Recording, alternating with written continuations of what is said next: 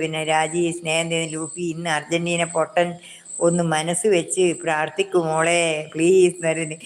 എനിക്ക് അർജന്റീന വരെ അറിയില്ല, പിന്നെ എന്തിനാ ഞാൻ പ്രാർത്ഥിക്കുന്നു പറ. ശിവ പോയമോ എന്ന് പറയുന്നുണ്ട്, സ്നേഹം തരുന്നുണ്ട്.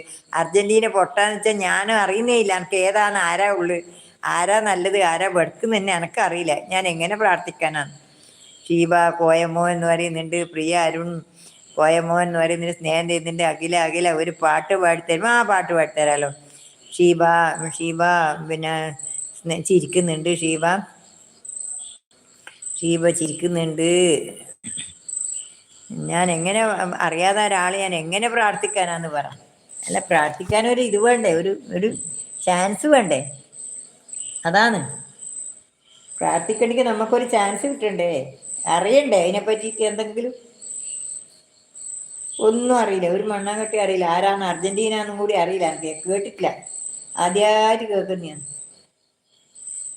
അർജന്റീന എന്ന്.